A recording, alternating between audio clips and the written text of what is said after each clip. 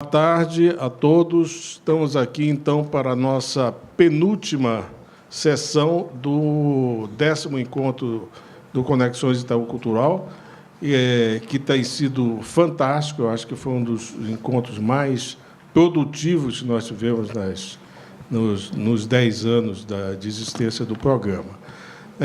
Como sempre, a dinâmica é aquela. Eu vou passar a palavra para os nossos convidados, falarem cerca de 10 minutos e um pouco, e depois nós abrimos para a participação do público. Por favor, com perguntas por escrito, de forma que, durante a intervenção de cada um, já podem começar a pensar nas perguntas e responder. Esse penúltimo tema, no nosso evento, que vai ser coroado com a homenagem e a presença da Conceição Evaristo, ele aborda, digamos assim, a questão final dessa ponte entre o escritor e o leitor estrangeiro. Não é? Que, no final das contas, isso se materializa a partir da matéria-prima que o escritor produziu e editou aqui, não é? Com o editor, que vai, no final das contas, ser quem vai publicar o livro nos Estados Unidos, o tradutor, do qual nós tivemos alguns exemplos aqui fantásticos, não é? Mas quem faz essa intermediação semifinal é a agente literária, da qual nós temos aqui a Lúcia Riff, como o João César já falou, que é uma das mais importantes e tradicionais agentes literárias do Brasil. Mas tem um outro personagem também que está presente, digamos assim, sentadinho na sua cadeira lá na Biblioteca Nacional, como coordenando o programa que, excepcionalmente, porque é uma das coisas mais raras das políticas públicas brasileiras, um programa que já tem mais de 20 anos. Ele começou, de fato, em 1993, já como 91, começou um pouquinho antes, mas já tendo em vista a preparação da participação do Brasil pela primeira vez em Frankfurt, em 1994. Então, o Afonso Romano de Santana, que era o presidente da Biblioteca Nacional, e o Márcio Souza, que era diretor do Departamento Nacional do Livro, né, ouvindo um pouco aqui esse Espírito Santo de orelha, resolveram montar o programa como uma coisa fundamental, porque quem vive do mercado editorial sabe perfeitamente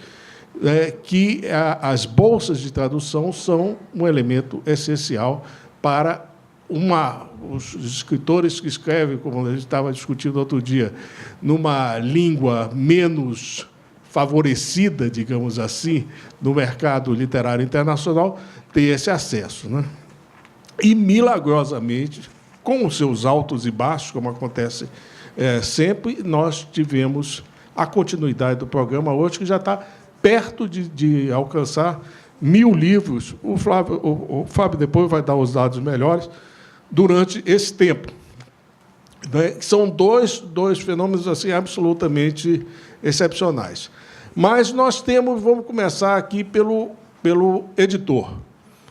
Nós trouxemos aqui o Chad Post, que é um batalhador, inclusive, pelo aumento do número de traduções nos Estados Unidos.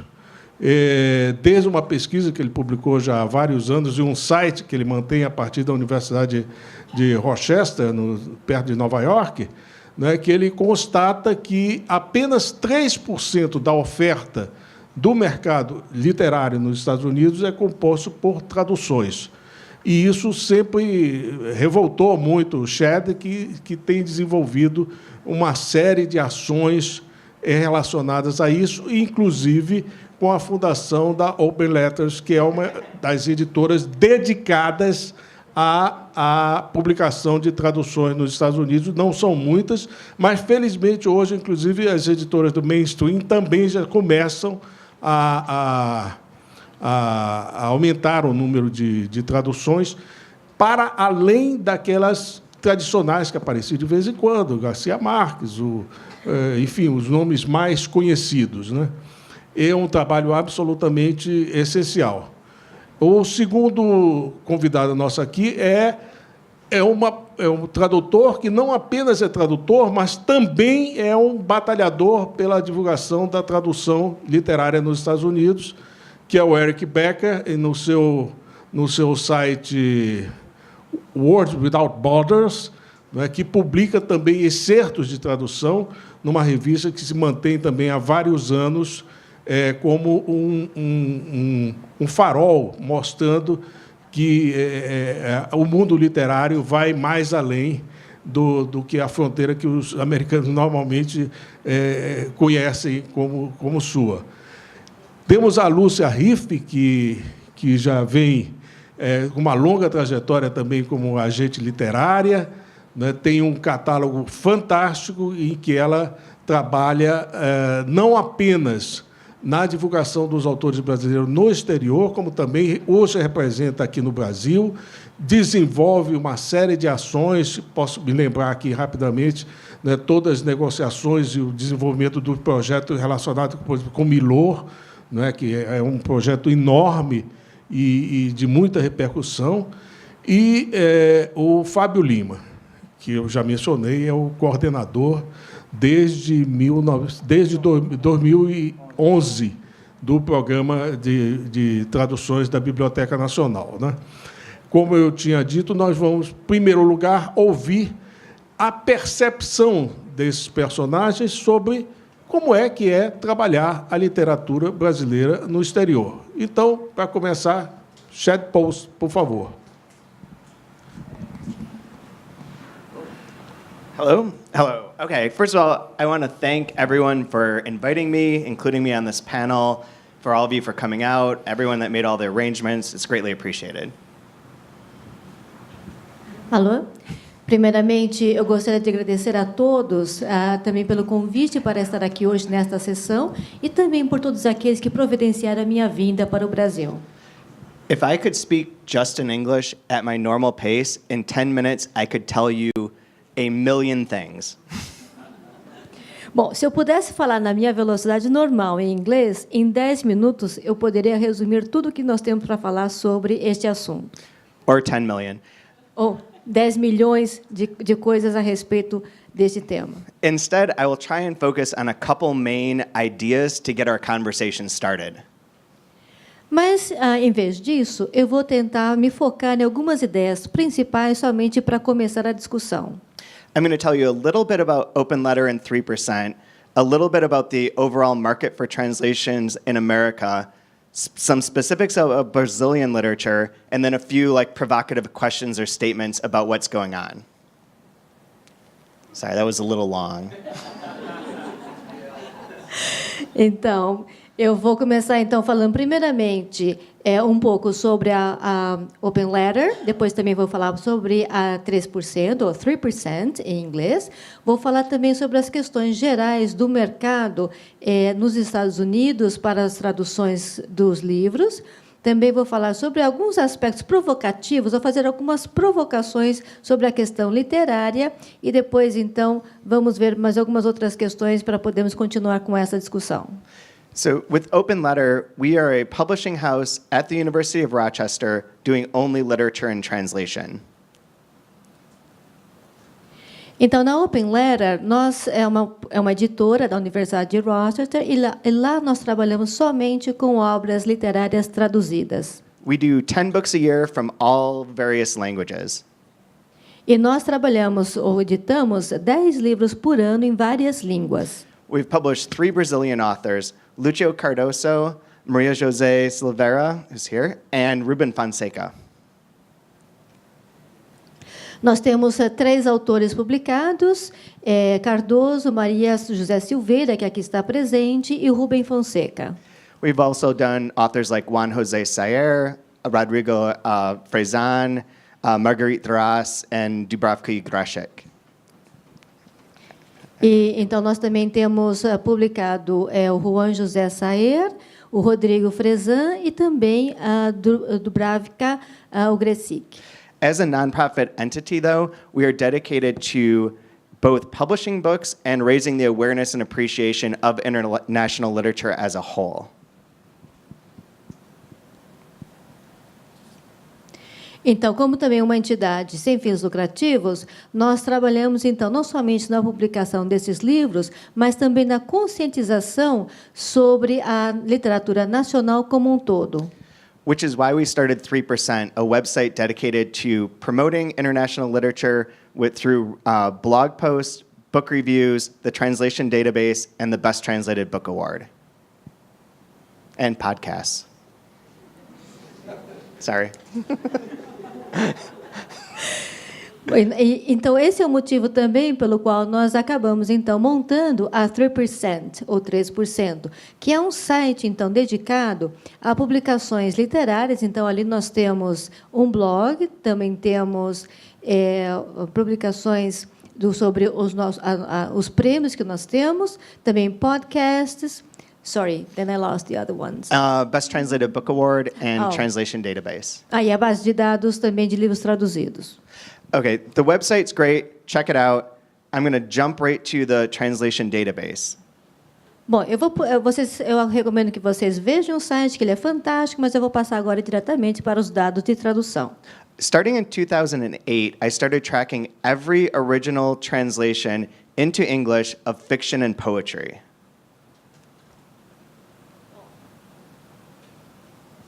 Então, começando em 2008, eu comecei a fazer um rastreamento de todas as obras originais que tinham sido publicadas em inglês, na área de ficção e poesia. We don't track retranslations or reprints of books that have already been available. Instead, we only look for new books, new voices that were never accessible to American readers before.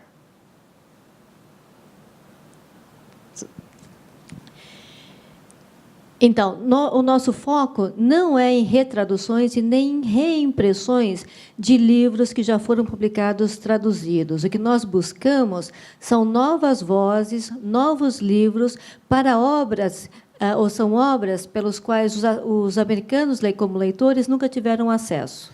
So the first year that I kept track, in 2008, there were a total of 367 books published in America of fiction and poetry in translation.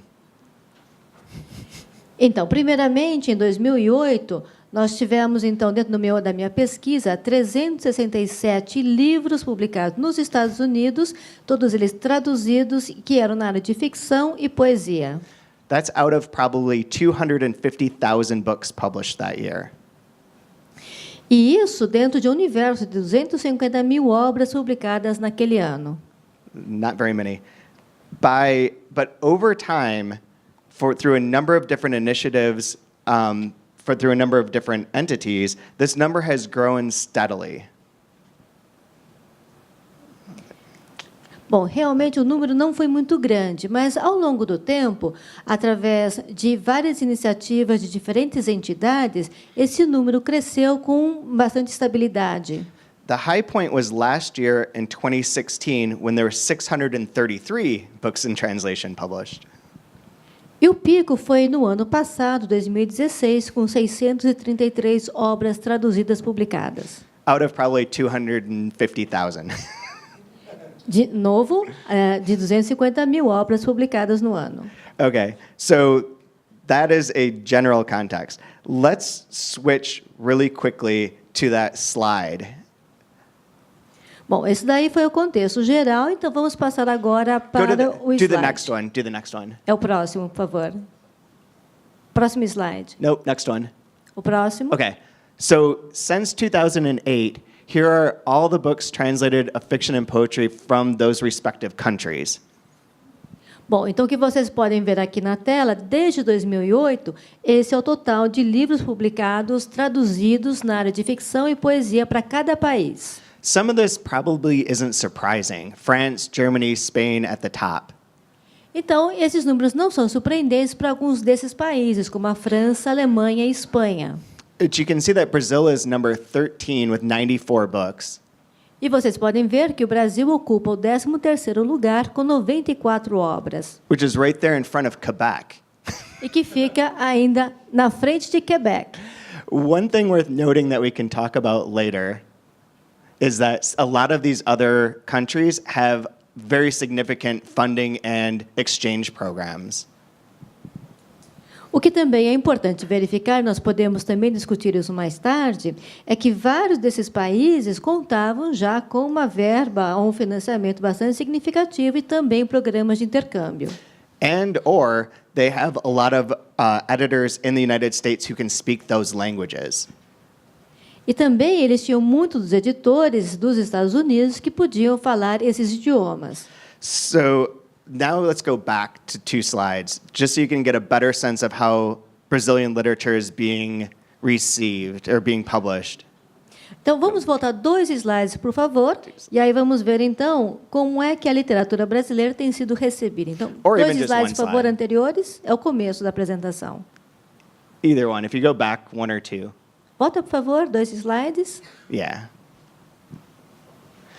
I just want to show you that over the past 10 years, that's fine.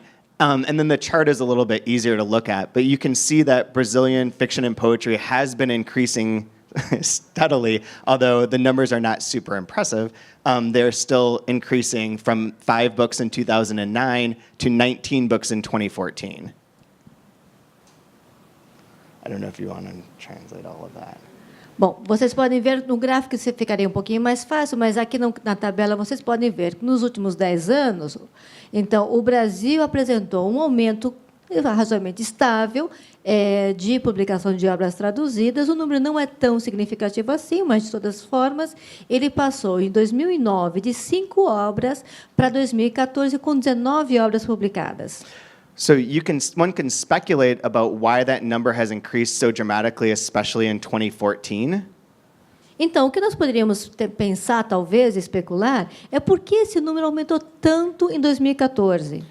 One thing is that year, Amazon Crossing published 5 Brazilian books. Pardon? In 2014, Amazon Crossing published 5 Brazilian books, and E a razão- 0 outside of that. A razão para isso é porque, nesse ano, a Amazon Crossing publicou 5 livros de obras brasileiras, e antes era 0. That was also shortly after Brazil was the guest of honor at Frankfurt. Isso também foi logo depois em que o Brasil foi homenageado na Feira de Frankfurt. After the Granta issue dedicated to Brazilian literature came out. After the issue of Granta magazine dedicated to Brazilian literature came out. E também foi depois que a revista Granta fez uma publicação especial falando sobre a literatura brasileira. And after the Lispector revival had started getting underway.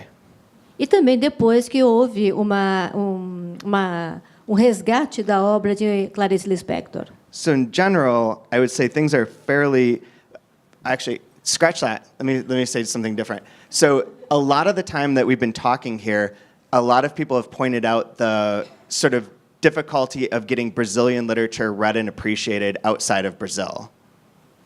Bom, e durante muito tempo, então, as pessoas sempre falaram muito da dificuldade de penetração da literatura brasileira fora do país. And I want to be my normal cynical self and say that it's difficult for all the languages getting outside of their countries.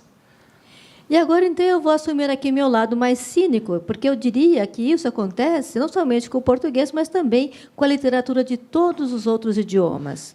This is partially due to the situation of how books are received and read in America generally.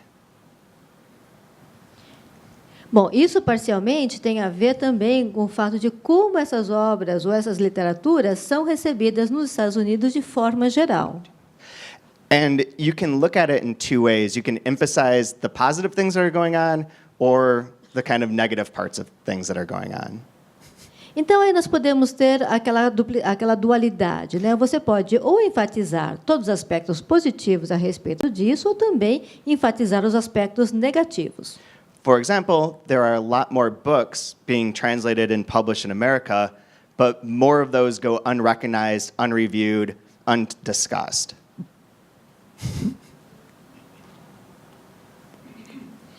O que acontece é que também grande parte desses livros traduzidos que são publicados nos Estados Unidos, eles acabam passando sem um reconhecimento, não recebem uma resenha e também são muito pouco discutidos.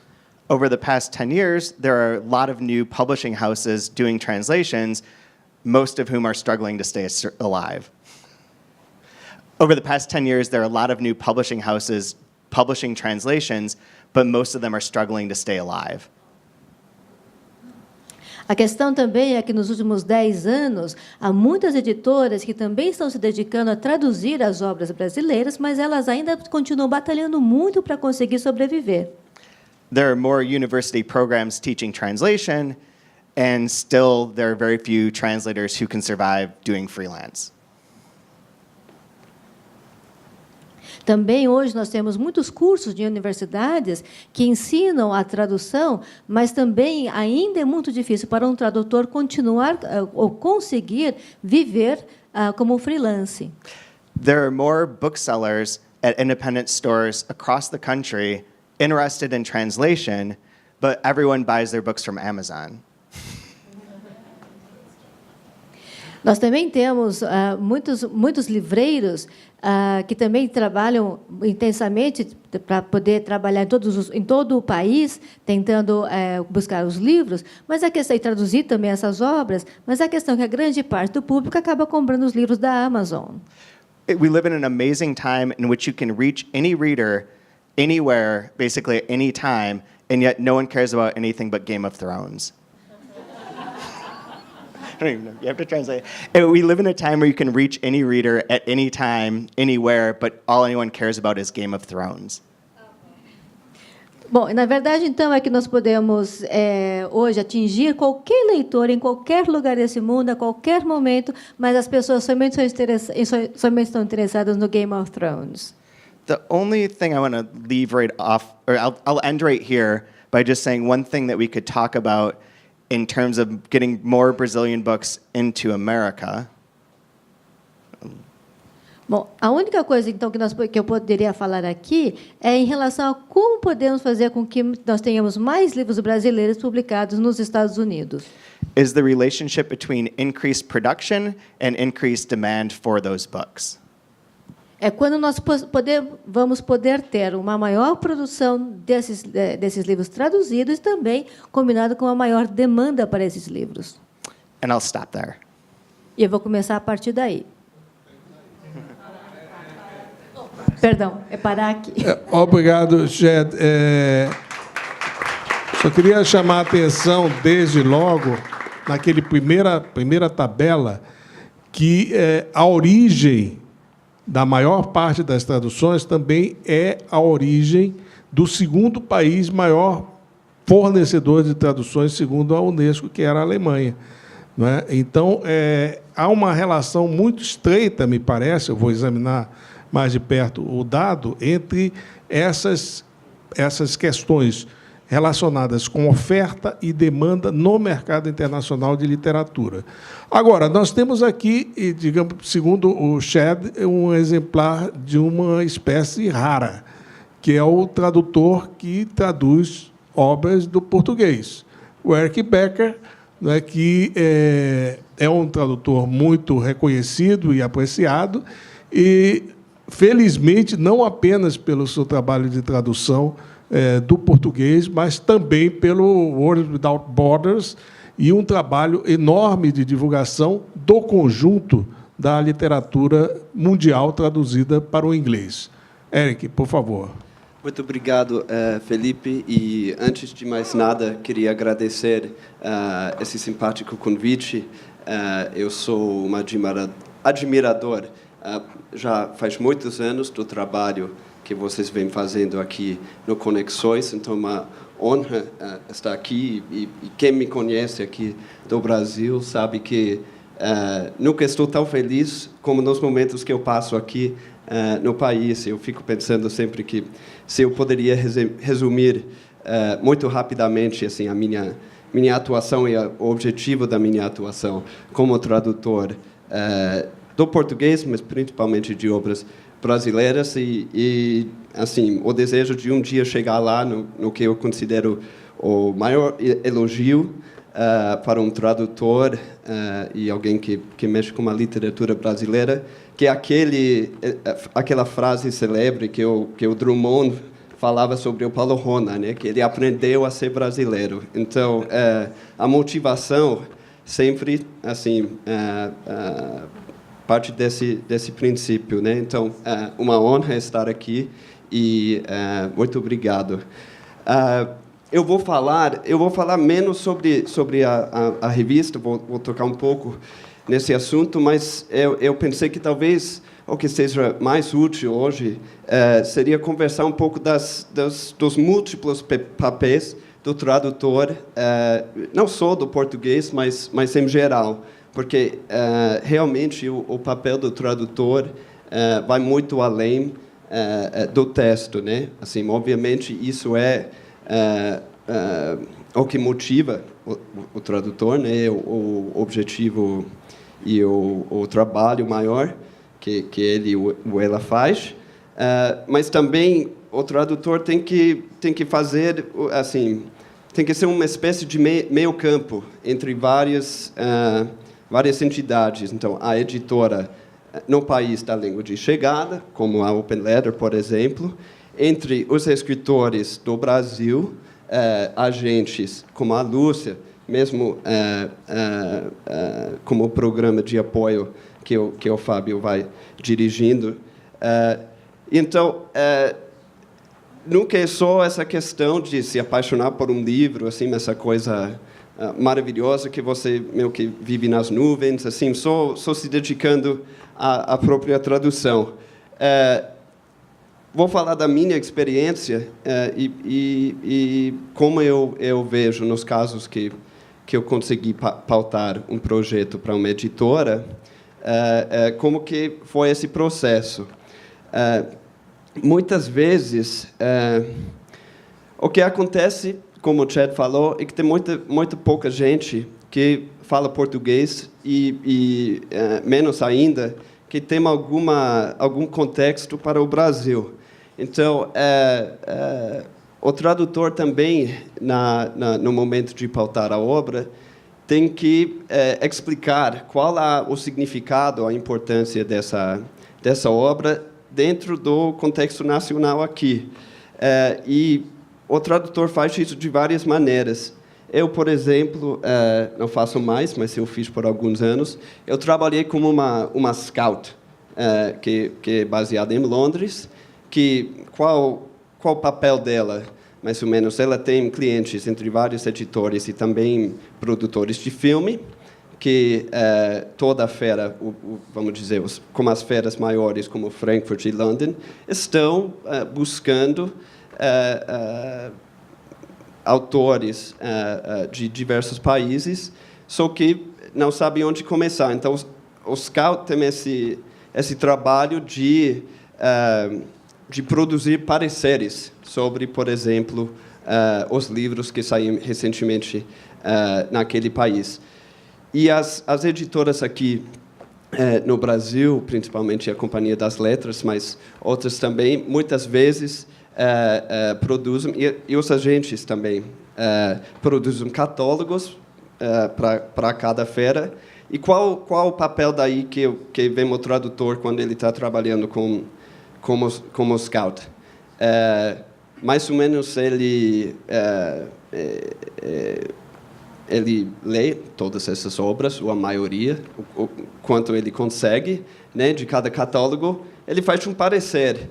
E o parecer consiste mais ou menos do seguinte, que é, obviamente, uma breve sinopse do livro.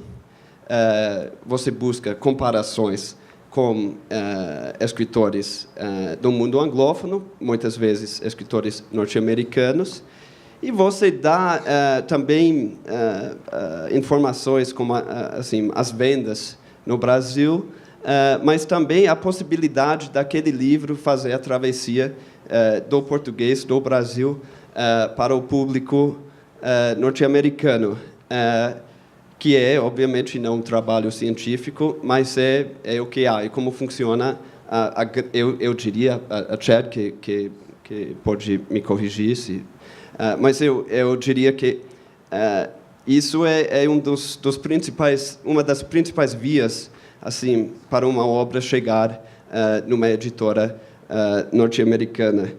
Também o tradutor, obviamente, que se interessa por um livro, muitas vezes acaba fazendo um trecho daquele livro para mostrar como uma amostra, né, do que é a produção de determinado autor. E daí, também, muitas vezes, entra diretamente em contato com as próprias editoras. Isso depende um pouco, também, você tem o que você, acho que poderia chamar do grupo de 5, Big Five, em inglês, né? A gente está falando de editoras maiores, que geralmente daí o tradutor não consegue chegar, assim, não temos necessariamente os contatos e tal, e daí é que vem um trabalho um pouco mais sintonizado entre a gente do escritor, por exemplo, e o tradutor para tentar reforçar o trabalho um do outro. Mas como editoras independentes que se dedicam exclusivamente à literatura em tradução, muitas vezes é possível um tradutor pautar um livro que ele ou ela quer traduzir diretamente para a editora.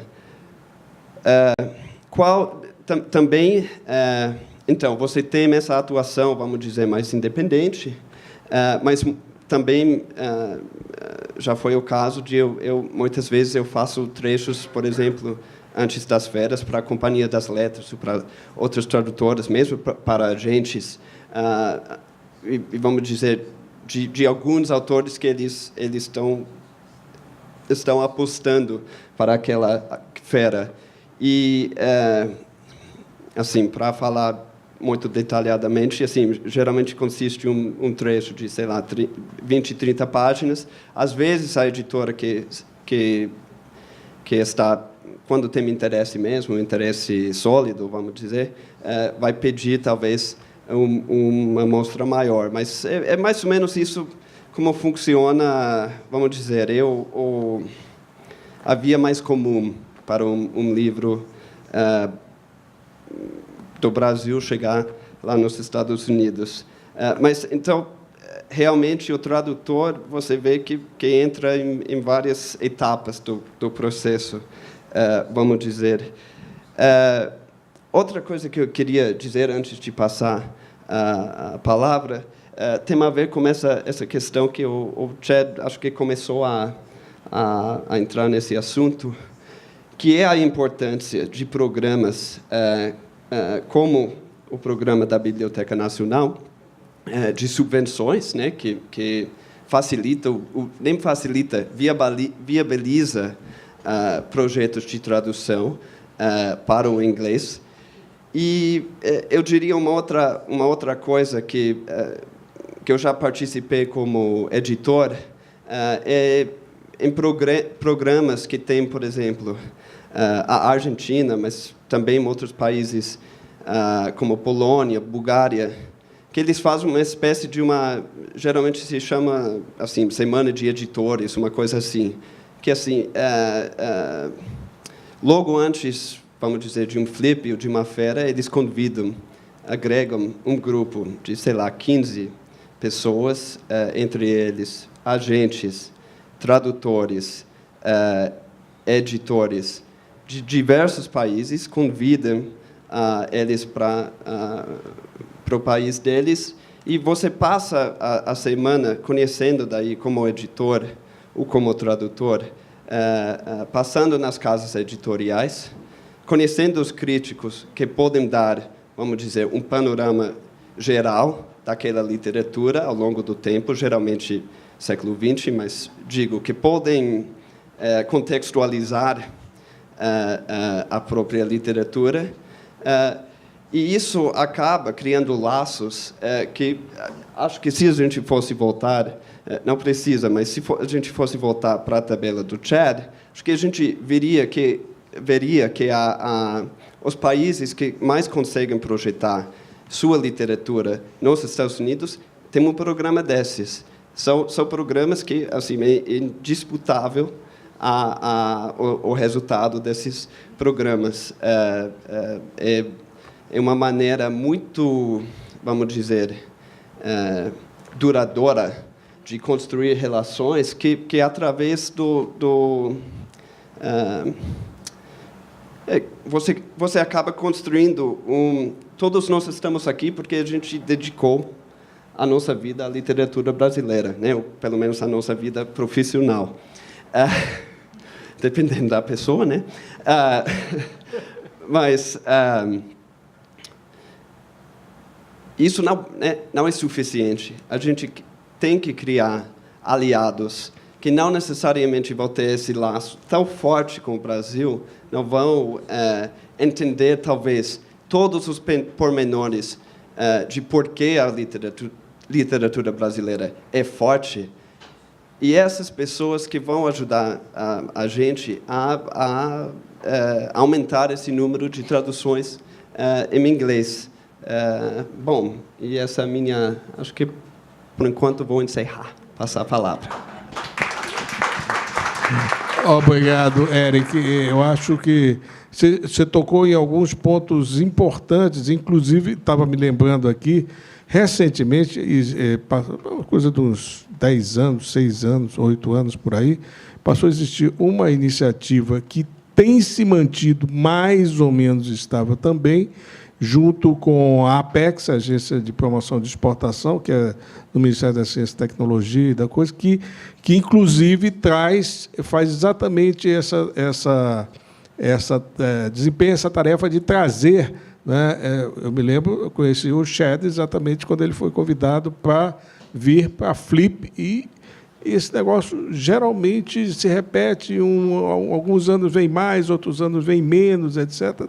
E é uma forma eficiente. Tem uma coisa que eu acho que é importante, antes de passar para a Lúcia, né, é que o tempo de maturação entre a oferta ao mercado internacional e a decisão de fazer a edição e a decisão de fazer a tradução e etc. Tal, geralmente é muito longo. E eu acho que aqui no Brasil, particularmente, as pessoas ficam muito ansiosas. Eles publicam um inserto e querem que... Bom, já assinaram, saiu. Você levou para Frankfurt, já assinou, não sei o quê. Tal. É uma ansiedade justificada sobre certos aspectos, mas que não leva em conta essa dinâmica do mercado internacional, que é muitíssimo mais lenta do que a própria publicação interna, né? Eu só chamar a atenção que, felizmente, esse programa continua, com todas as variações que existem aqui em relação a esse tipo de coisa, mas ele foi renovado recentemente entre a Apex e a CBL, pelo que eu sei, e vai continuar, pelo menos mais ano que vem ele continua. Agora, o outro elemento dessa ponte é o agente literário. No final das contas, é ele que começa aceitando aqui que representar os autores, representar as editoras, e tem essa tarefa que tem um lado extremamente técnico também, a Lúcia vai mencionar isso, de saber para onde oferecer, a quem oferecer, que tipo de coisa oferecer, para que tipo de editora, etc. Tal. Porque, lembro bem, essa coisa não é uma coisa fluida que depende exclusivamente do prestígio do autor no Brasil, depende de inúmeros outros fatores que as pessoas muitas vezes não se dão conta. Então, Lúcia Riffe, que tem uma trajetória belíssima e grande de agente literária, é a segunda vez que ela vem aqui no Conexões também, e vamos ouvi-la. Obrigada. Boa noite, né? Boa noite. Boa noite, pessoal. Obrigada, Felipe, obrigada, Itaú, obrigada a todo mundo por vocês estarem aqui nos ouvindo. Eu não sei se vocês estão familiarizados com o trabalho do agente literário, de modo geral. Durante muitos anos, a primeira coisa que eu tinha que fazer era dizer, bom, o agente literário faz...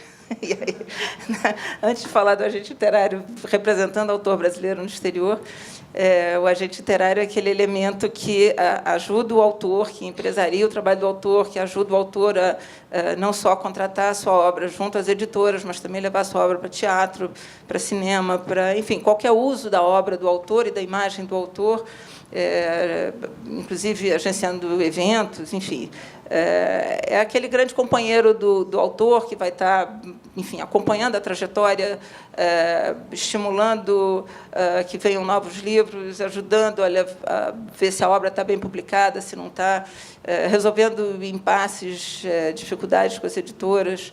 E, geralmente, é um trabalho feito a longuíssimo prazo, quer dizer, não é um trabalho que você vai, é contratado, faz aquele contrato e vai embora.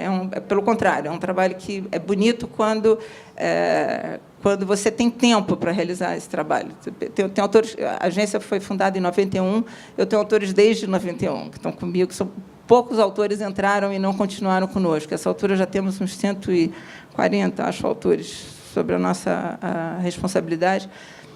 Alguns nomes clássicos, já, porque aí eu lido com as famílias, como Drummond, Mário Quintana, Manuel de Barros, João Cabral de Melo Neto, Érico Veríssimo, e Caio Fernando Abreu e tal, e muitos outros.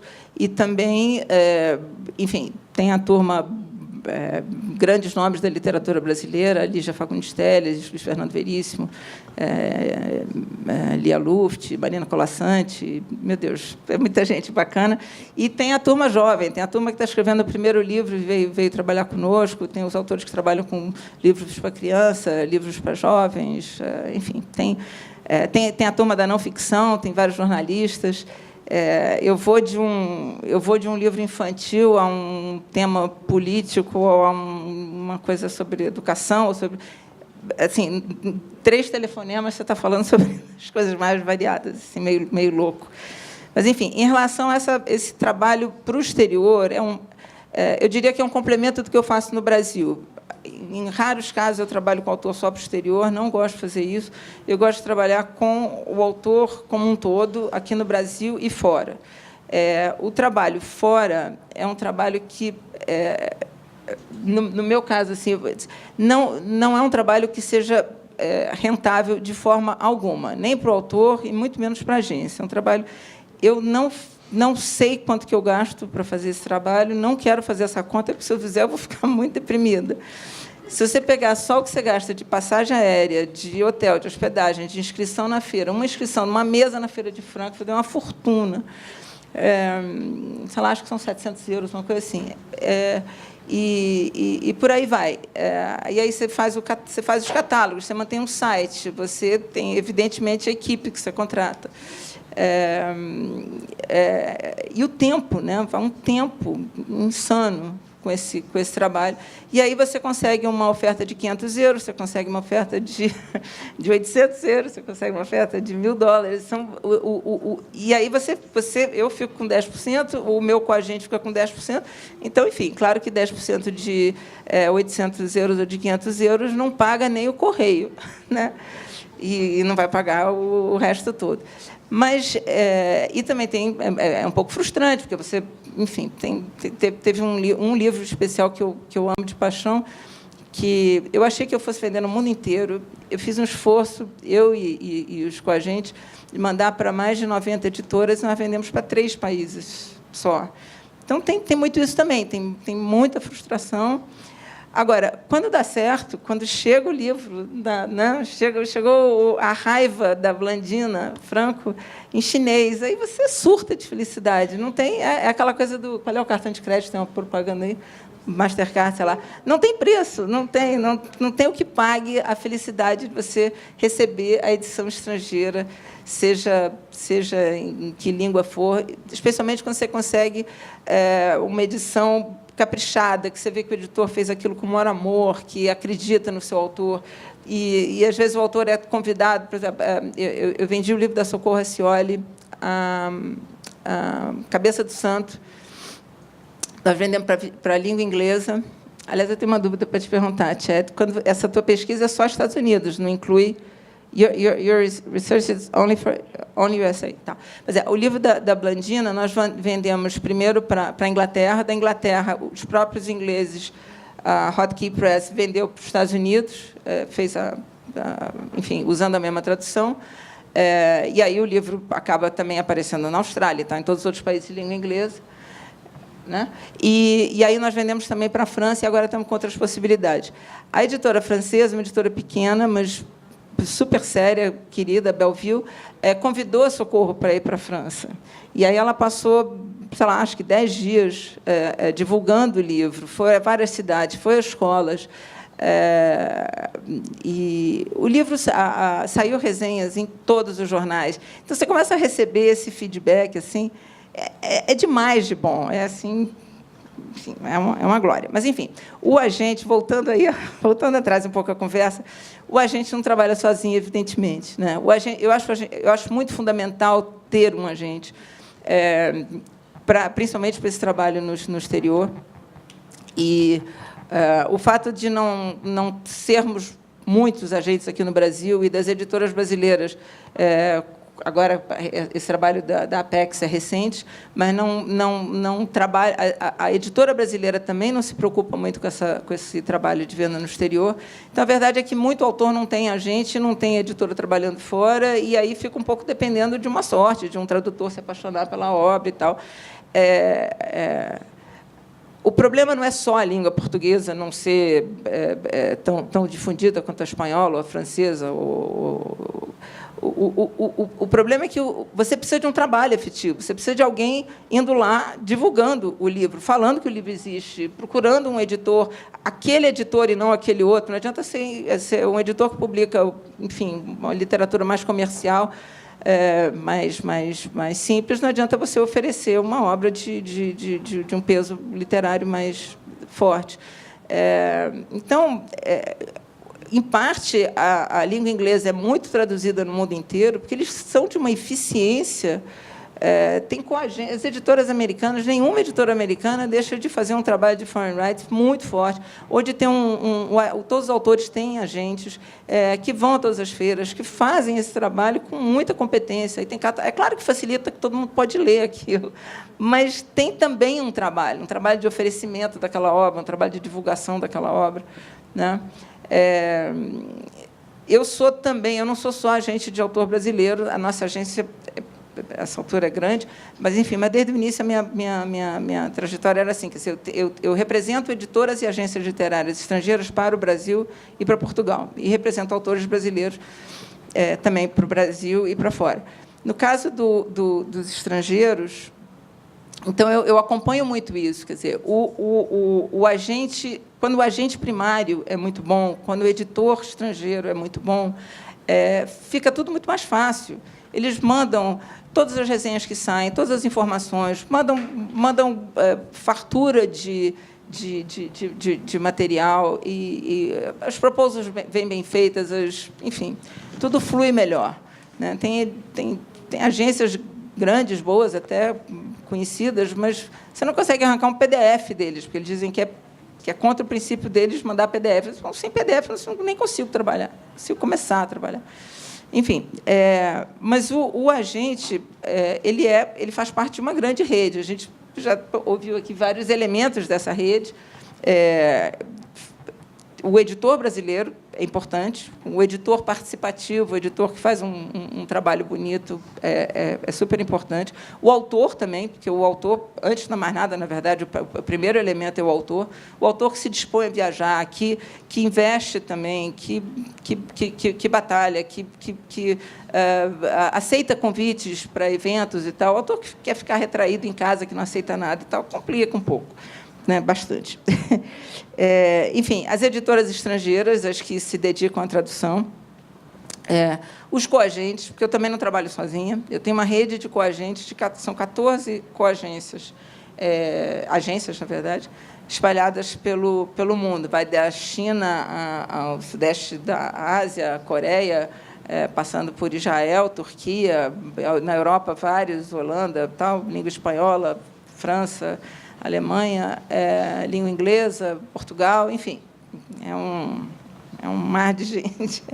Os scouts, que são nossos companheiros também, que buscam, que vêm conversar conosco, recebem material da agência para saber o que a gente está oferecendo, o que a gente tem de novidade ou de livros importantes do mais antigos, já publicados há mais tempo.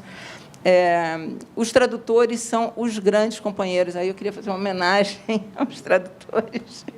São os grandes companheiros. São realmente... eu tenho uma admiração assim, enorme. Meu avô até era tradutor. E eu hoje, antes de vir para cá, estava no táxi vindo para cá, e a gente é viciado em celular. Rapidamente abri o celular para ver se tinha alguma novidade. Tinha um e-mail de uma tradutora inglesa que estava já há algum tempo me ajudando, quer dizer, trabalhando junto conosco com o livro do Ricardo Lises, e ela dizendo, consegui uma editora. Aí eu disse, uau! Foi muito, muito lindo. Agora vamos ver qual é a proposta e tal, mas foi muito bom. E também os professores de literatura, são importantíssimos, eles nos ajudam, eles convidam nossos autores para eventos e tem também um contato bom com a agência, direto com os autores. Esses apoios, como o da Biblioteca Nacional, eu acho que eu não vivo mais sem a Biblioteca Nacional, Fábio, pelo amor de Deus. E apoios de instituições variadas que alguns países têm, quer dizer, que os alemães têm também uma bolsa para tradução, não só para os autores alemães, mas também para autores de outras nacionalidades, que nos ajudam muito.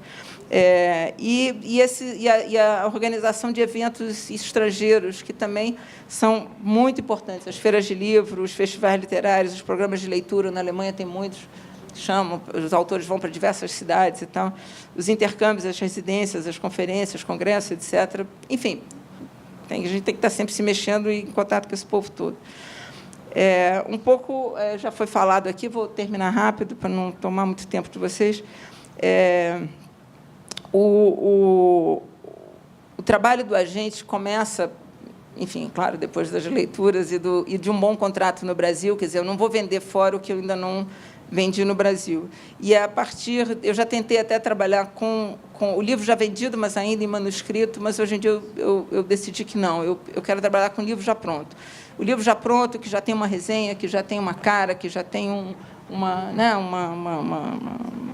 ali já está no site da editora, quer dizer, já é uma realidade concreta, né?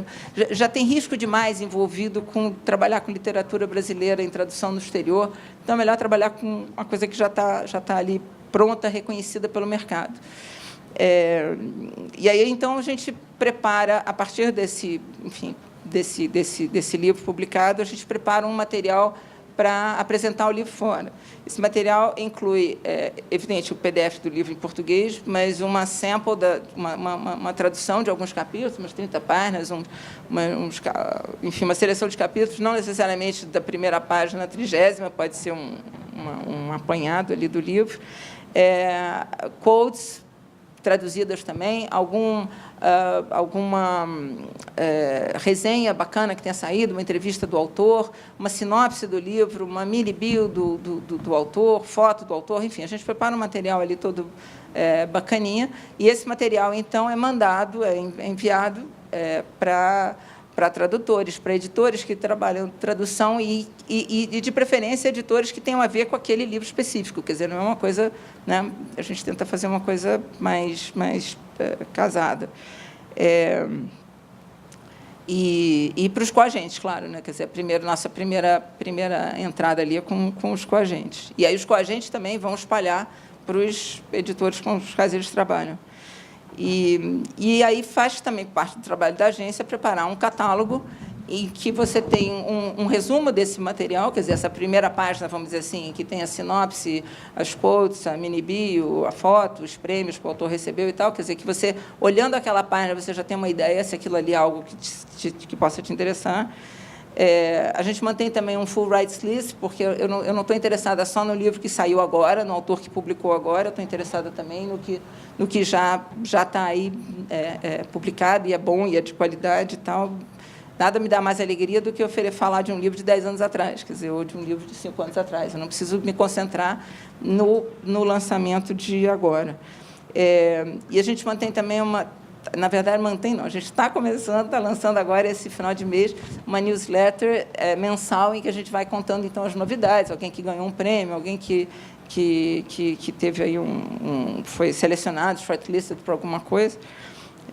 publicou, entregou o material. E, é claro, aí essa coisa meio óbvia de participar de feiras literárias, de administrar essas submissões todas, esses pedidos, cobranças, dúvidas, apoio no pedido de tradução, quer dizer, quando essa inscrição na Biblioteca Nacional, mandar a documentação, o autor tem uma burocraciazinha que é simples até, o projeto é simples, mas tem que mandar um e-mail para o Fábio, tem que mandar identidade, CPF, enfim, essas coisas. Manter essa boa rede de contatos, né, com o povo. Os editores mudam muito de uma editora para outra, você tem que estar sempre atualizado, quem está onde, quem está fazendo o quê, quem quer o quê. E autorizações diversas, eu adoro, tem muito pedido, a gente não ganha nada com isso, é absolutamente de graça, mas tem muito pedido para publicação em revista literária, muitas revistas online e tal, e essas revistas também abrem portas muito bacanas. Enfim, acho que, em resumo, é isso, depois vocês puxam aí por perguntas e a gente continua o papo. Obrigada. Muito obrigado, Lúcia, por esse panorama do trabalho do editor. Eu acho que tanto o que a Lúcia falou como o que o Eric falou, né, conduzem aqui para a questão que o Fábio vai tratar. Eu devo dizer que eu sou um batalhador antigo e frustrado da ausência de políticas públicas efetivas e eficazes por parte do governo brasileiro de promoção da nossa literatura. Quando o Itamaraty fala em soft power, eu morro de rir. Eu acho que isso é uma piada de muito mau gosto, aliás, porque não existe, né? Mas não vou nem entrar aí. Só queria dizer que, no planejamento original do Conexões, nós tínhamos previsto uma mesa especificamente sobre essas questões. Infelizmente, não conseguimos.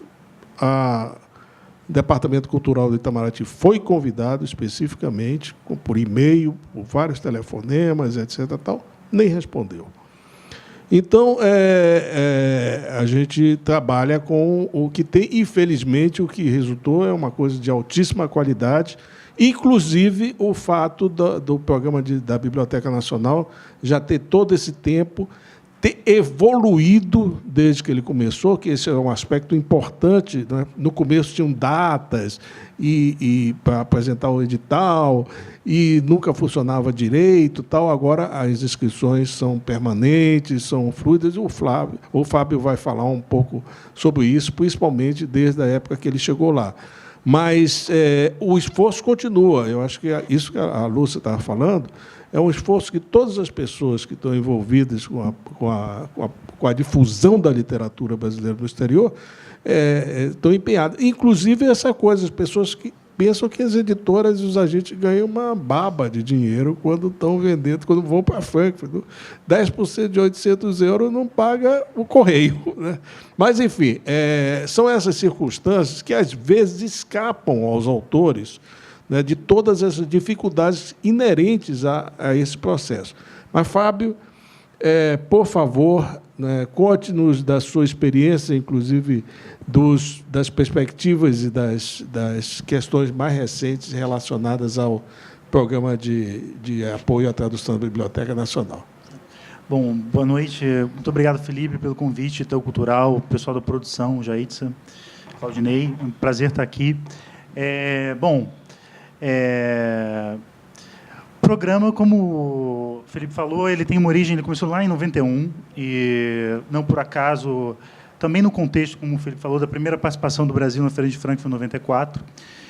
De 91 até começo dos anos 2000, do século XXI, né? Não, começo de 2010, década de 2010, mais ou menos, o programa foi muitos altos e baixos, assim. Teve ano em que não havia edital, teve ano em que a verba era muito pequena, apoiava-se 2, 3 livros a cada ano.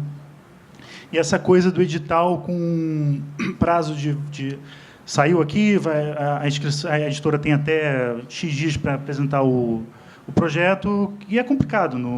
Essa coisa, o livro tem a sua o que se fala? Tem diferentes fases, então você tem que acompanhar, você tem que estar aberto a todas as fases do livro das editoras. Você tem que estar disponível a todo momento. Então, no contexto O Brasil, em 2010, assinou um contrato, um acordo com a Feira de Frankfurt. Feira de Frankfurt, a maior feira literária do mundo, principal centro de vendas de direitos autorais, para a participação do Brasil novamente como país convidado em 2013. Esse foi o momento em que o Ministério da Cultura e a Biblioteca Nacional decidiu investir de fato no programa de apoio à tradução.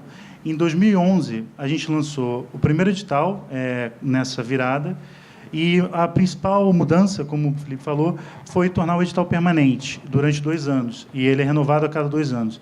Então, esse primeiro edital de 2011 a 2013, e então a editora pode enviar o projeto a qualquer momento, e ele vai ser avaliado de acordo com o cronograma de reuniões de avaliação.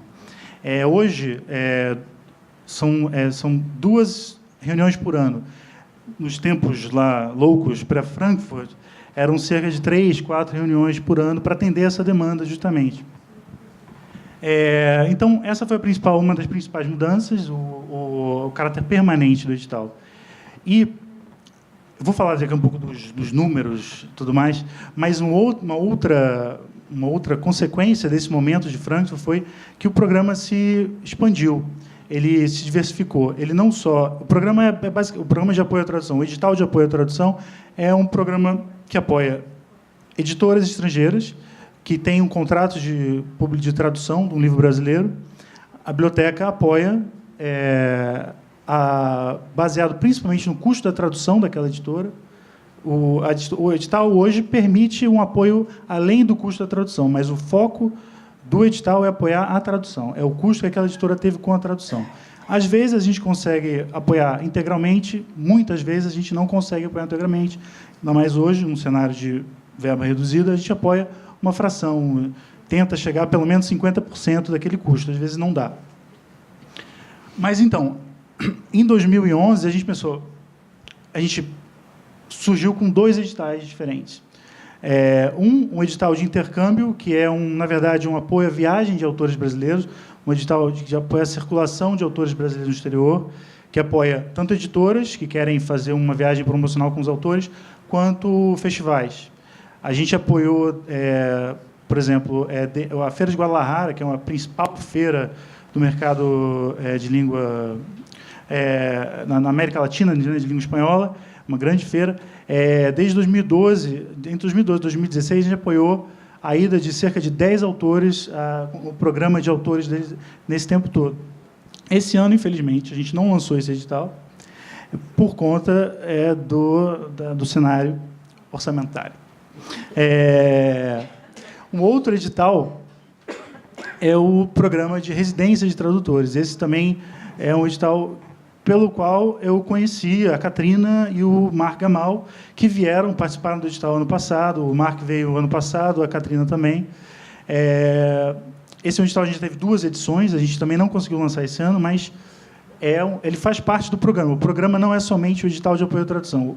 O programa são esses 3 editais. É claro que, no cenário de hoje, a gente teve que priorizar o edital de apoio à tradução. Por isso que a gente não lançou os outros editais. A gente só teve manteve o edital de apoio à tradução. Queria falar um pouquinho, então, como o Felipe falou, de 91 até hoje, cerca de 990 títulos, bolsas, bolsas que se reverteram em livros publicados ou reverterão, tem muita coisa no prelo ainda. São cerca de 990 livros apoiados, desde 91 até hoje.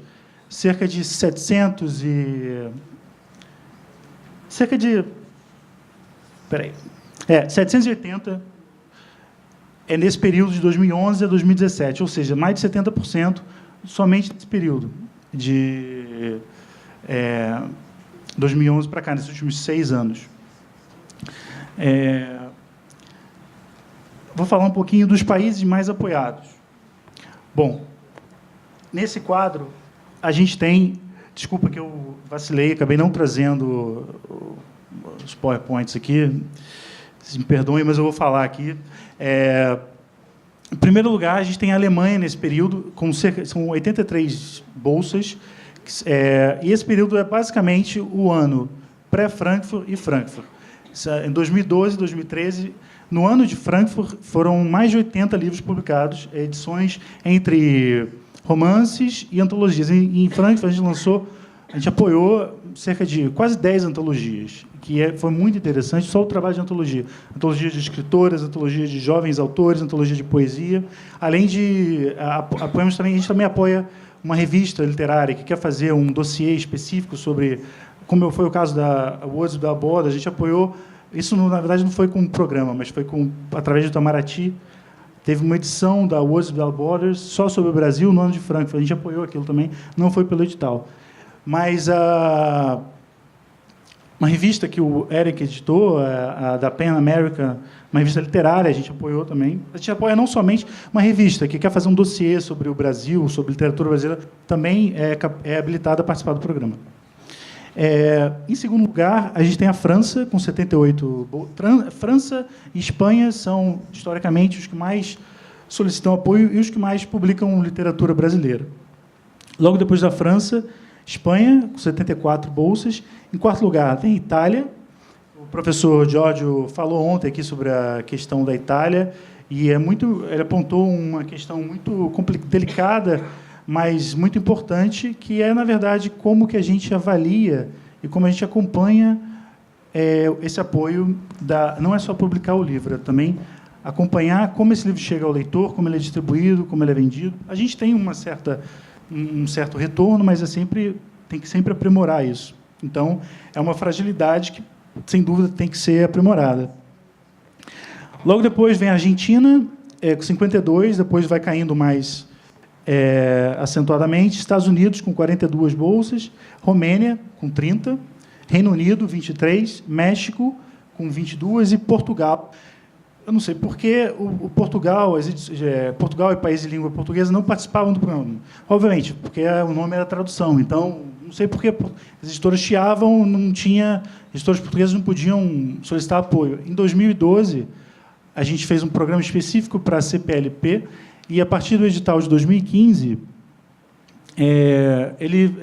Portugal faz parte, países de língua portuguesa fazem parte do edital de apoio à tradução. O nome do edital é Edital de Apoio à Tradução e à Publicação de Autores Brasileiros. Então, editoras portuguesas vêm solicitando apoio nos últimos anos e isso tem gerado um resultado interessante. Então, nesses últimos 6 anos, foram 51 países apoiados. Assim. Esses são só os 10 primeiros colocados que eu falei aqui. Fala um pouquinho dos autores. Lá aqui dos 10 primeiros, assim, são mais de 300 autores apoiados, não contando antologias, autores que aparecem somente em antologias. Eu estou falando só de obras específicas de um romance, ou um conto, ou um ensaio, ou um HQ, uma HQ. Em primeiro lugar, sempre disputando ali, Clarice e Machado de Assis, com 37 e 34 cada um. Em segundo lugar, Jorge Amado. Em quarto, Rubem Fonseca. Aí, a partir, começa a ficar muito apertado, na casa dos 10 ali, 14, 13, 12 obras apoiadas. Tirando o Moacir Sclier, que em sétimo lugar, com 12 obras apoiadas, e Lima Barreto, com 9 em 10º lugar, são todos autores contemporâneos, maioria deles mais jovens, tirando Ana Maria Machado, que estão nessa lista dos 10 primeiros, com pelo menos, por exemplo, a Adriana Lisboa, com 14 obras apoiadas, Alberto Mussa, com 13, Daniel Galera, com 12, o Luiz Rufato, com 8, Antônio Torres, com 9, Michel Laube, e Ana Maria Machado, com 9, e Andréa Del Fuego, também com 9. Então, eu estou falando aqui dos 10 primeiros. Se a gente abre mais essa lista, a gente chega a autores com pelo menos 5 obras apoiadas. Esse número a diversidade é muito ampla, é bem maior.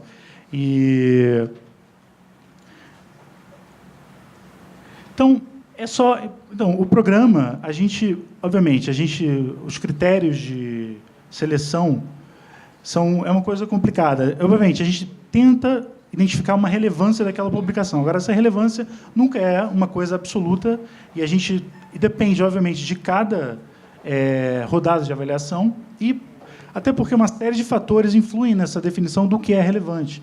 A gente não avalia só a reputação do autor no Brasil. A gente amplia também a importância ou a relevância daquela tradução naquele mercado, naquele país que tá solicitando a obra e também avaliando de que maneira aquela editora pode fazer um bom trabalho. Essa avaliação do trabalho da editora e da relação da editora com o autor no contrato de edição, dos direitos autorais e no contrato de tradução é uma coisa que a gente tem está cada vez mais atento a isso. A qualidade dessa relação, eu estava conversando aqui com a Lúcia, tem editora que condiciona o contrato a uma subvenção, ou seja, o contrato só vai realmente ser fechado se tiver um apoio. O mesmo acontece com tradutores. Muitas vezes os tradutores são sujeitos a isso. Eles têm que fechar com a editora. A editora, obviamente, eu entendo lá da editora. A editora precisa do apoio para publicar a obra. Mas, às vezes, o tradutor, ele fica um pouco vulnerável nessa relação com a editora. Então, a gente está cada vez mais atento a isso. A bolsa é para tradução, mas a bolsa é paga para a editora. E a gente tenta também controlar se o tradutor, de fato, recebeu aquele valor e o valor que estava definido em contrato. Isso é uma coisa que a gente está cada vez mais atento. Eu entendo o lado da editora. A editora precisa, não é simples traduzir um livro de um autor desconhecido no exterior. Então, aquele apoio, muitas vezes, ajuda a divulgação da obra e tudo mais. Mas nem sempre o tradutor tem que ficar sujeito a isso, né? Então, é um aprimoramento que o programa está... um refinamento que o programa está cada vez mais buscando. Bom, falei um pouco dos números. É isso, assim, cada vez, assim, a Lúcia falou da alegria que é receber um livro. Para nós também, a gente pede, entre as obrigações da editora, enviar alguns exemplares para a gente e para uma embaixada ou consulado local, né, para ajudar a divulgação, o trabalho lá. Então, é uma alegria quando a gente recebe o livro. Recentemente, recebi a edição francesa dos quadrinhos do Quintanilha, da adaptação dele, do Raul Pompeia. Então, é uma alegria ver. E é mais gratificante ainda ver quando esses livros realmente alcançam uma recepção, ou por resenhas e também por premiações. A gente falou aqui, acho que ano passado o Rufato esteve aqui, né, com o Kegler. O Rufato e o Kegler receberam um super prêmio na Alemanha pela tradução, pelo trabalho que eles vêm fazendo. E a gente dá um certo orgulho ver que a gente apoiou isso também. A gente apoiou o Rufato e o Kegler nas traduções e o Rufato em algumas viagens de intercâmbio, de circulação pela Alemanha e em outros países. O Quintanilha, vira e mexe, aparece lá em alguma lista de premiação de quadrinistas. O governo de Portugal, a editora Polvo, que é uma editora muito bacana de Portugal, publica só quadrinho, emplacou 3 ou 4 títulos brasileiros numa venda para governo de livros de quadrinhos brasileiros. Então, é super legal ver esse resultado. É claro que essa é uma maneira de enxergar a consequência e a importância do apoio do programa, mas que pode ser medido por essa repercussão. Mas o fato de ter um livro de um autor brasileiro disponível numa biblioteca, que, por mais que hoje ele talvez esteja lá escondido ou não tenha uma certa divulgação, eu acho que já o livro está lá, o livro está publicado, ele vai atingir ok, nem que seja pela boia, o leitor vai, aquela coisa da boia que você falou aqui, eu acho que isso tem um valor importante também. É uma biblioteca que existe, porque a biblioteca, o livro brasileiro passa a fazer parte de um catálogo internacional, por mais que, em alguns casos, ele ainda fique um pouco de lado. Assim. Essa foi a minha contribuição inicial. Obrigadíssimo, Fábio, por essa visão panorâmica do programa. Estou esperando aí alguma pergunta rapidamente, porque eu mesmo já tenho algumas, inclusive aqui especificamente para o Fábio. Né? Porque esse é um tema que me interessa muito, sempre foi, mas eu queria ouvir o que é que vocês estão pensando a propósito do assunto. Que é um assunto assim bastante complicado. Mas, enquanto não chega, uma pergunta bem objetiva. A Amazon alguma vez pediu apoio para a tradução? Não, nunca pedi. Não, a gente... o Chad falou da Amazon Crossing. A gente, com ela teve conversas, assim, mas nunca pediu. Não chegou a pedir, não. Eu me lembro, em 2013, que a Gabriele Page Forte, que é a editora, né, ela nos procurou lá em Frankfurt, inclusive dizendo que alguns dos títulos que elas tinham selecionado para aquele ano tinham sido escolhidos através da Machado de Assis Magazine. Desculpa, eu queria ter falado, eu esqueci. A Machado de Assis foi um projeto muito importante. É um projeto, ele está interrompido, mas é uma revista de excertos, trechos de livros brasileiros, ficção, não ficção, poesia, que foi uma iniciativa da Biblioteca do Itaú Cultural. Foram 7 números editados até hoje, todos eles estão disponíveis online ainda. E a gente recebeu muito retorno de editoras e tradutores que usaram a revista como divulgação e como uma ferramenta importante nisso. A gente espera, eu gostaria muito de que a revista fosse retomada. Infelizmente, ela foi interrompida, mas é uma iniciativa que eu acho que falta. A Lúcia falou que ela vai começar uma newsletter. Já fez uma, já teve alguma coisa parecida, não a RIF? Tá mudando.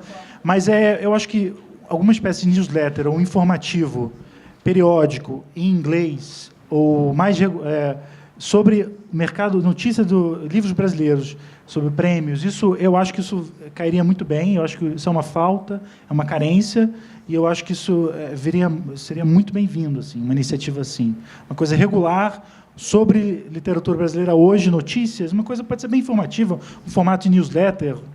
É muito útil isso. Eu acho que funciona muito bem. Bom, tem uma pergunta aqui para o Eric, depois a gente passa já para as considerações finais.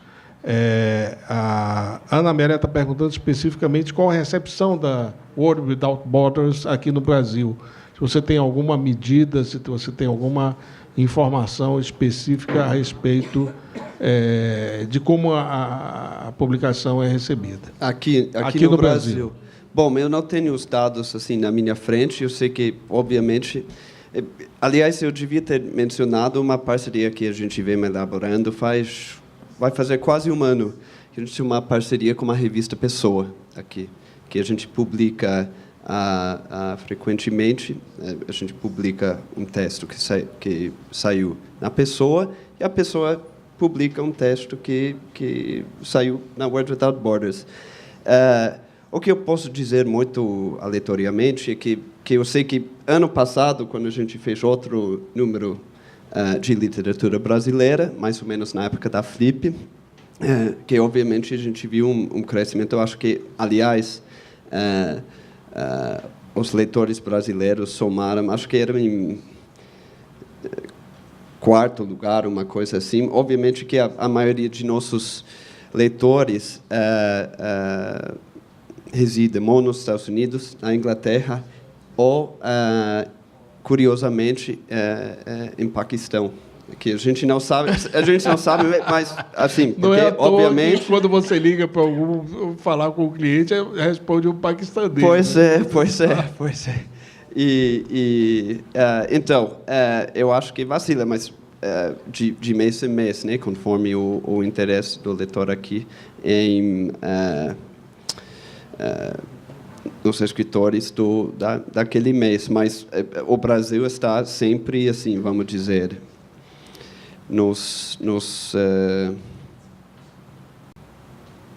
10 maiores países, vamos dizer, 15 maiores países em termos de leitores que leem a revista. Mas isso vai mudando conforme o tema do mês, se a gente resolveu. A gente organiza a revista de duas maneiras. Ou, assim, focando num determinado país, como foi o ano passado, a gente resolveu publicar escritores brasileiros fora do eixo Rio-São Paulo, porque a gente já tinha feito uma outra edição em 2013, que incluiu isso. Mas também a gente, às vezes, faz um número que não é dedicado somente a uma língua, um só país, e daí, obviamente, a gente vê um leitorado mais diversificado, né? Então, não sei dizer exatamente, mas eu sei que, obviamente, o Brasil está lá entre os países com maior número de leitores. Bom, muitíssimo obrigado a todos. Eu vou passar sucessivamente, então, para as suas considerações finais sobre a mesa e, eventualmente, sobre o que mais perceberam durante aqui o nosso 10º encontro, para cada um de vocês. Então, começando pelo chat post.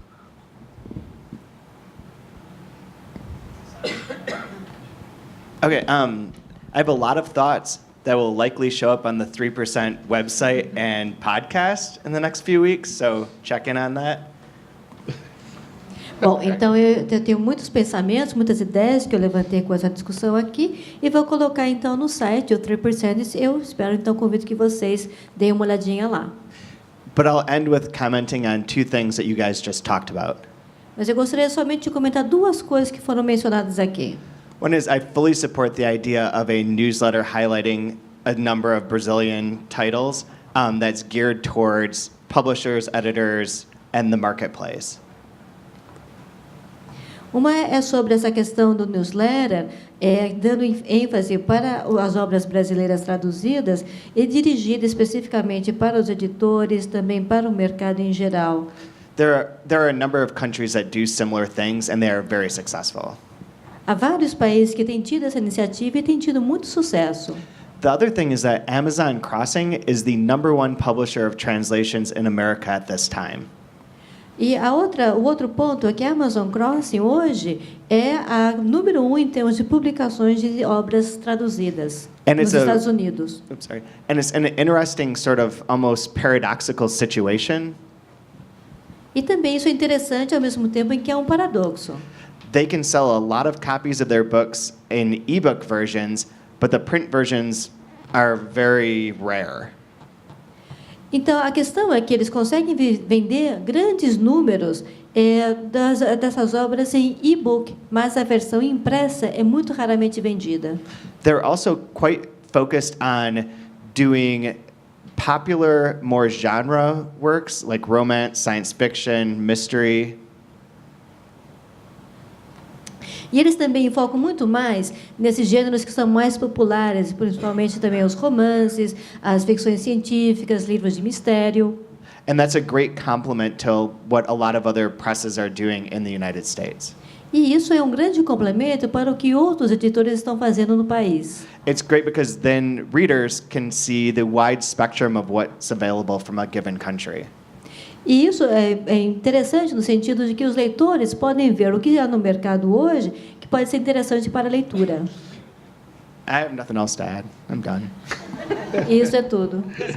Bom, obrigado, Chad. Realmente, eu sou um frequentador assíduo do site.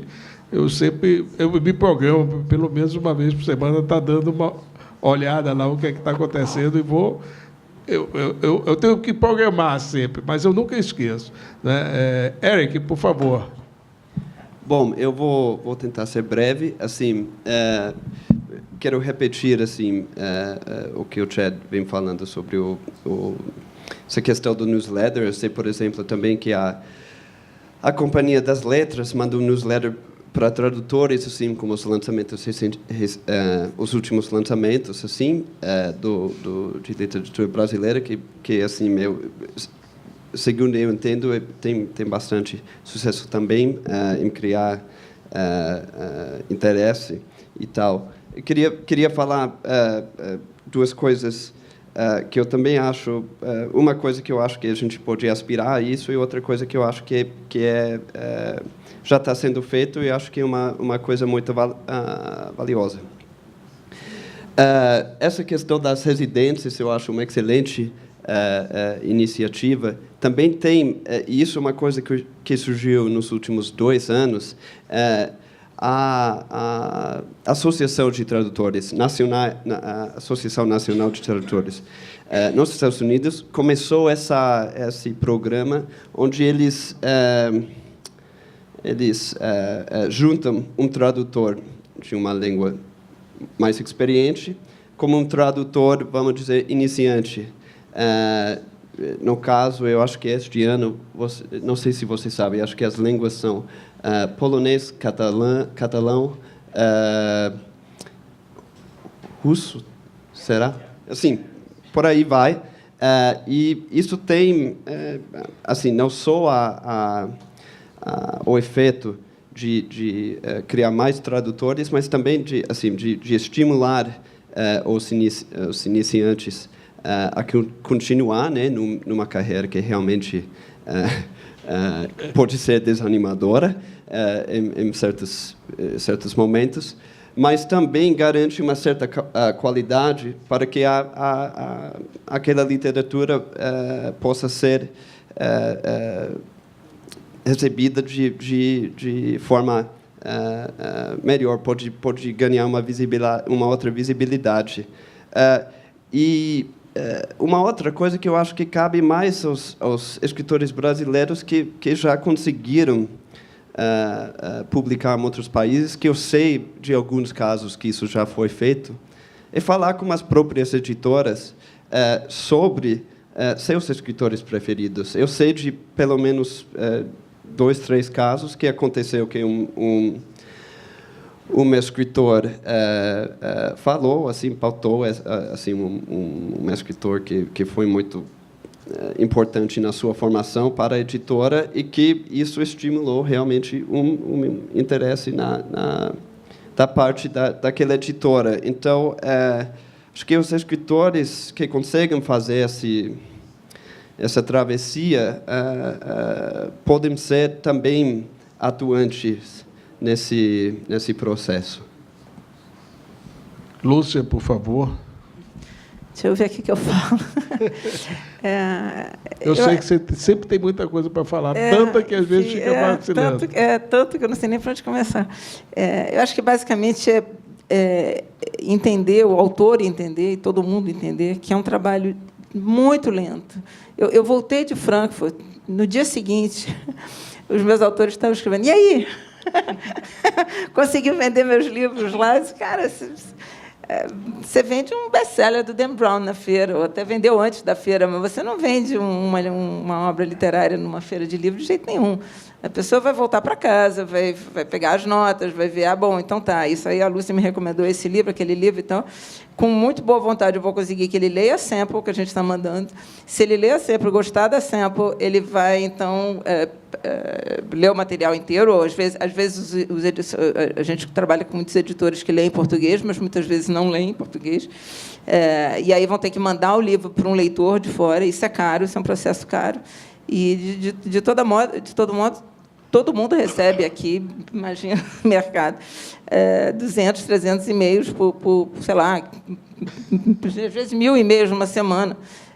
O tempo de leitura também é complicado e o processo é lento. O processo é lento, tem que ter muita paciência e, de vez em quando, você estimula o editor. E aí, tem mais essa informação boa, que tal? Já leu, gostou? Enfim, eu acho que tudo ajuda, tudo ajuda. A gente costuma dizer que, assim, se a editora puder ajudar, ótimo. Se o autor puder ajudar, ótimo. Se o colega puder ajudar, ótimo. O tradutor, todo mundo é bem-vindo, porque esse processo é quase que achar uma agulha no palheiro. Você achar o editor certo para o livro certo, no lugar certo, com o timing certo.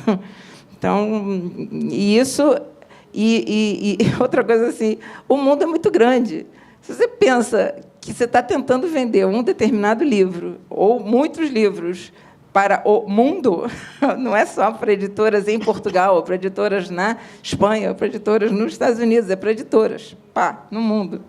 Então, vocês podem imaginar o tamanho desse desafio, o tamanho desse trabalho, identificar aquele livro para aquela editora. E só fazendo um parênteses que eu comentei com o Felipe, que me surpreendeu muito. Quer dizer, quando eu comecei a trabalhar mais intensamente lá fora, eu me surpreendi que não só você fica imaginando que vai vender o quê? Vai vender o que a gente tem de melhor, de muita qualidade, de livros permanentes, né? Livros premiados, não sei o quê. E aí você descobre que um dos autores mais vendidos na Alemanha, além do Paulo Coelho, é Augusto Cury. E aí você fica, cara, eu não saberia nem qual editora. É difícil, quer dizer, sem desmerecer o trabalho das pessoas, não é isso, mas vocês imaginam que é bem diferente você estar vendendo uma obra literária que ganhou o prêmio Oceanos, ou o prêmio qual for, e vendeu aqui 2.500 exemplares, e, né, você tem uma coisa que você acredita, que você adora, não sei o quê. E, só para concluir, a pergunta que eu mais temo é quando o editor, depois de ler tudo, adorar tudo, quantos exemplares vendeu no Brasil? Aí, ferrou, né? Vendeu nada. Enfim, isso aí, pessoal, obrigada. Fábio, por favor. Não, primeiro só um informativo que o edital, desse último período, 2015, 2017, a última reunião de avaliação é em abril do ano que vem. Antes disso, a gente vai ter lançado para o próximo ano. Então, o edital, a renovação é assim. E o Felipe falou sobre o projeto da Apex com a CBL, é o Brazilian Publishers, que é o nome do projeto. Na verdade, ele funciona como editoras que associam esse projeto. E elas participam de feiras no exterior, feiras que eles avaliam como as mais importantes, para a indústria editorial brasileira. Eles renovaram isso recentemente. A Apex, né, uma agência do governo, é dinheiro também público investido nessa iniciativa. Renovaram e a notícia é que também vai ter um programa de apoio à tradução, uma bolsa de tradução desse projeto, das editoras que participam desse projeto. Então, é uma outra, espero que uma coisa complementar ao que a gente faz. Eu acho que vem tudo ajuda. E só um comentário que ontem se falou sobre o pensamento brasileiro publicado no exterior. Realmente é muito pouco. O que a gente recebe, as demandas que chegam para a gente, 90% é romance, ficção, né? Ficção, romance. E, quando chega alguma coisa diferente, como um ensaio, a gente fez convocatórias específicas para ensaio e literatura juvenil, infantil juvenil e quadrinhos. Isso a gente fez. A gente tentou fazer essa puxada. Teve alguma repercussão. Então, sempre quando chega um projeto de história em quadrinho, literatura infantil, ensaio, é sempre muito bem-vindo. O Eduardo Vieira de Castro, por exemplo, é um autor que vem sendo, nas últimas reuniões, sempre tem um pedido do Eduardo Vieira de Castro. Saiu recentemente na Itália, saiu na Alemanha, saiu na Inglaterra, vai sair também nos Estados Unidos. Então, o caso de sucesso no ensaio brasileiro, pelo menos no programa, é o Eduardo Vieira de Castro. Esse livro, o último dele, é sobre sobre o fim do mundo, esse último ensaio dele, mas também as questões sobre metafísicas canibais, coisa ameríndia, isso também vem sendo solicitado. É só isso.